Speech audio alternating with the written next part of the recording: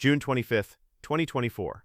While Americans were consumed with presidential election debates, social media controversies, and the endless cycle of domestic political drama, something extraordinary was happening 400 kilometers above their heads in the cold vacuum of space. China's Chang'e 6 probe had just completed the most ambitious lunar mission in human history, successfully landing on the far side of the moon, collecting precious soil samples that no human hand had ever touched, and beginning its journey back to Earth with scientific treasures that could unlock secrets about the formation of our solar system. The achievement was a masterpiece of precision engineering and long-term planning. The far side of the moon, often mistakenly called the dark side, though it receives just as much sunlight as the near side, is perpetually hidden from Earth's view, making direct communication impossible. China had solved this fundamental challenge by launching a relay satellite called Qiuqiao to a special gravitational balance point where it could maintain constant contact with both Earth and the lunar far side, creating humanity's first permanent communication link to the moon's hidden hemisphere. When Chang'e 6 touched down in the South Pole Aitken Basin, the largest and oldest impact crater in our solar system, it marked not just a scientific triumph, but a geopolitical watershed. China had achieved something that neither the United States nor Russia had ever attempted, demonstrating space capabilities that exceeded anything in NASA's current mission portfolio. The achievement barely registered in American consciousness. NASA Administrator Bill Nelson issued a polite congratulatory statement buried in the agency's daily press briefing. The White House mentioned China's success in a single paragraph of a broader foreign policy statement. Most American news networks devoted more coverage to celebrity gossip and social media trends than to this historic milestone in human space exploration. But in Beijing, the reaction was fundamentally different. President Xi Jinping personally congratulated the mission team, calling Chang'e 6's success a milestone in building China into a space power and a major contribution to the peaceful use of space by humanity. Chinese state television provided live coverage of the mission's critical moments. Chinese children watched the landing broadcasts in schools across the country, many dreaming of becoming astronauts for the first time in their young lives. The contrast in reactions revealed something profound about how the two superpowers view space exploration in the 21st century. For America, space achievements have become routine, almost boring. Technical accomplishments that generate brief headlines before being forgotten in favor of more immediate political and cultural concerns. For China, space represents the ultimate frontier of national competition, a domain where technological superiority translates directly into geopolitical influence and economic opportunity. This was not just another scientific achievement. This was the moment the world quietly realized that the space race everyone assumed America had won 50 years ago was beginning all over again. And this time, America might not finish first. To understand how China accomplished this remarkable transformation from space novice to space power in just 3 decades, you need to understand what America forgot after achieving its greatest triumph in space exploration. When Neil Armstrong and Buzz Aldrin planted the American flag on the moon's surface in July 1969, America declared victory in the space race and essentially went home. The Apollo program, which had consumed over $400 billion in today's money and employed nearly 500,000 people at its peak, was systematically dismantled. The Saturn V rockets that had conquered the moon were retired after just 13 flights. The manufacturing infrastructure that had built the most powerful machines in human history was sold off or converted to other purposes.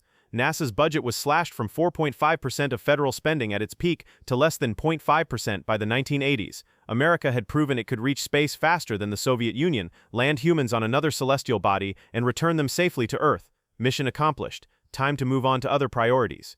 But China was watching America's retreat from space with the calculating patience that would define their own space program for the next 50 years. And Chinese leaders learned something very different from the Apollo program than what Americans took away from their lunar triumph. They learned that space exploration was not just about national prestige or scientific discovery, though both were important. Space was fundamentally about power, economic power, military power, and the soft power that comes from demonstrating technological superiority. The Chinese space program began not with ambitious lunar missions or dramatic announcements, but with careful study, methodical planning, and the kind of long-term thinking that democratic political systems often struggle to sustain. In 1992, China announced what seemed like a modest goal: put a Chinese citizen in space within 12 years. The target seemed optimistic, given China's complete lack of human spaceflight experience. Chinese space technology was decades behind the capabilities that America and Russia had demonstrated since the 1960s. But China had something that America had lost after Apollo: a coherent long-term vision and the political will to execute it consistently across multiple government administrations. While NASA struggled with changing political priorities, bureaucratic inefficiencies, budget uncertainties, and the national trauma following the Space Shuttle Columbia disaster in 2003, China methodically built their space capabilities one mission at a time. No media fanfare, no grandiose promises, just steady, patient progress toward clearly defined objectives. The timeline of Chinese achievements reads like a case study in sustained national commitment to technological development. In 2003, Yang Liwei became the first Chinese astronaut, launching aboard the Shenzhou 5 spacecraft and completing 14 orbits in just over 21 hours. In 2007, China demonstrated anti-satellite weapons capabilities by successfully destroying one of their own weather satellites with a ground-based missile, a test that sent shockwaves through Pentagon war rooms and confirmed that China viewed space as a potential battlefield, not just a domain for peaceful exploration.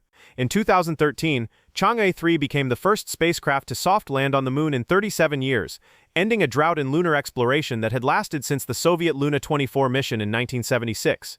In 2019, Chang'e 4 achieved humanity's first successful landing on the lunar far side, demonstrating technical capabilities that neither NASA nor any other space agency had ever attempted. Each mission built methodically on the previous achievements, developing the technologies, experience, and confidence needed for increasingly ambitious objectives.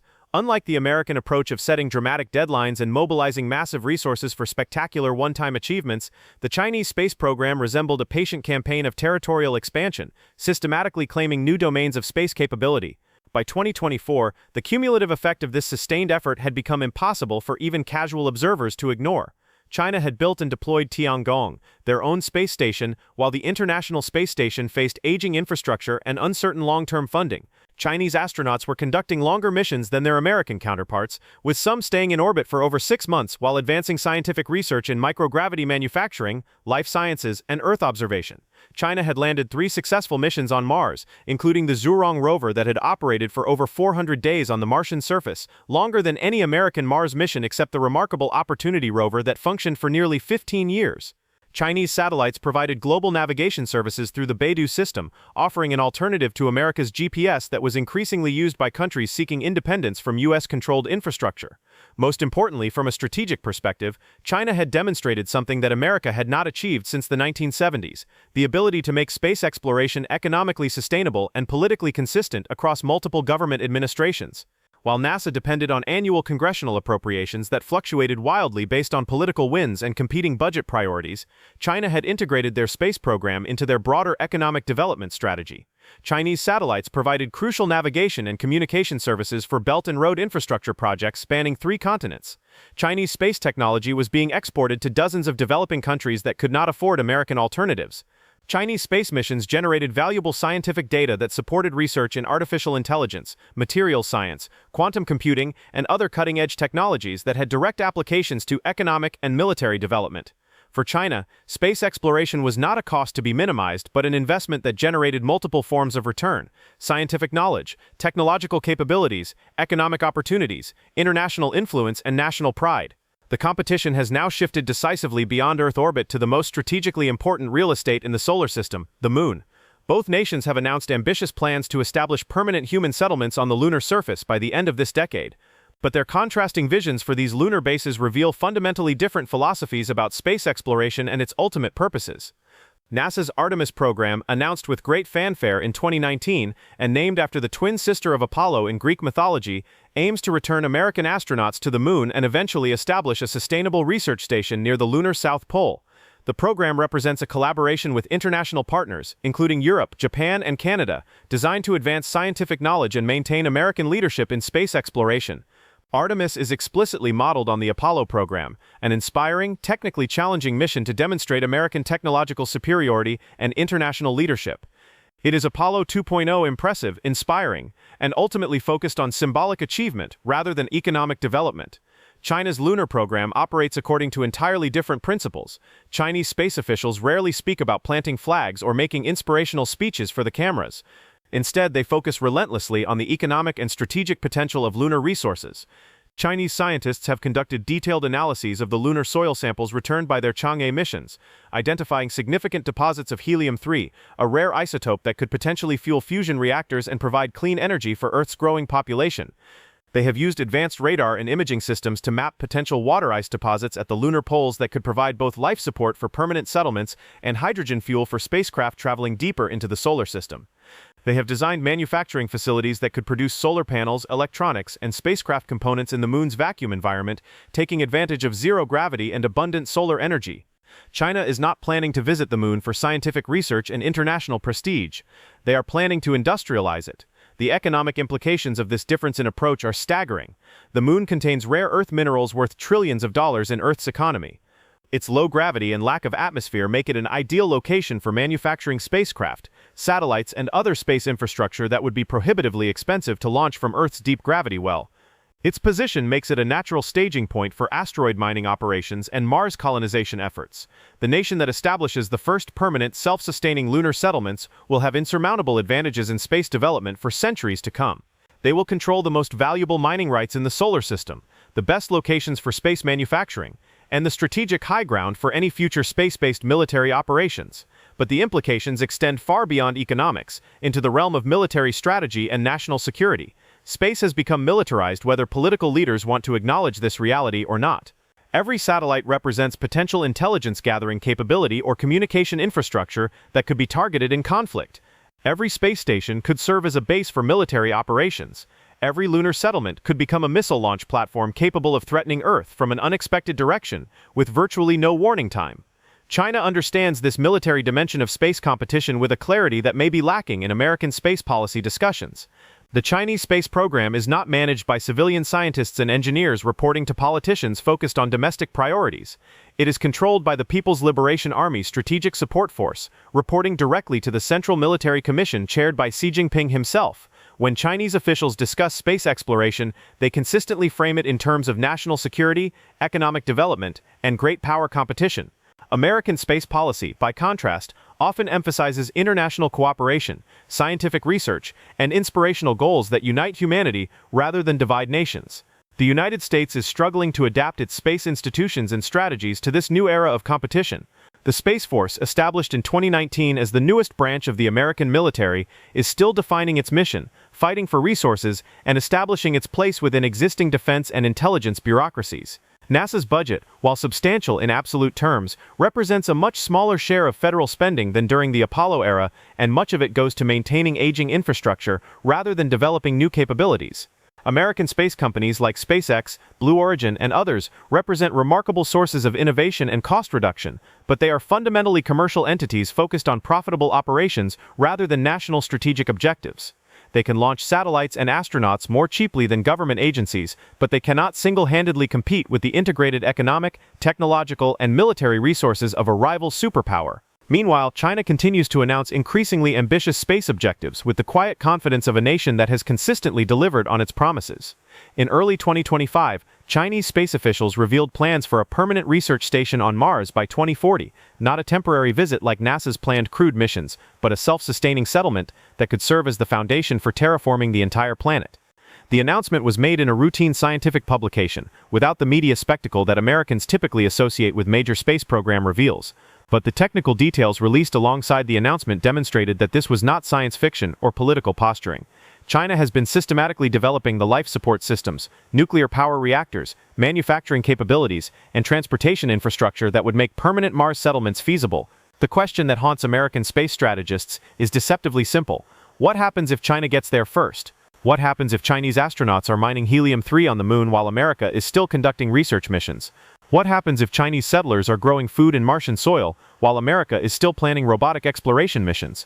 What happens if China establishes permanent human presence throughout the solar system while America remains primarily earthbound?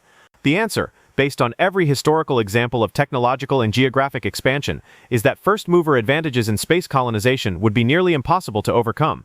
The first nation to establish sustainable operations beyond Earth will have access to resources, manufacturing capabilities, and strategic positions that earthbound competitors cannot match. They will be able to build larger spacecraft, launch more ambitious missions, and establish more extensive operations throughout the solar system. They will, in the most literal sense possible, become a spacefaring civilization while their competitors remain planetary civilizations.